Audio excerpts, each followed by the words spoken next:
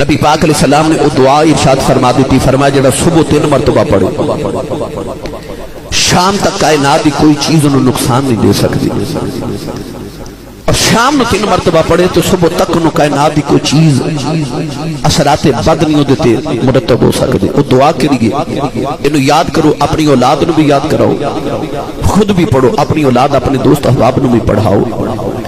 رسول کریم نے فرمایا کہ جڑا صبح پڑھ لے بسم اللہ الذی، ایک بار پڑھا دے سارے بھائی تاکہ یاد ہوئے، سارے پڑھئے بسم اللہ الذی لا یضر مع اسمہ شیء فی الارض ولا فی السماء وہو السمیع العلیم۔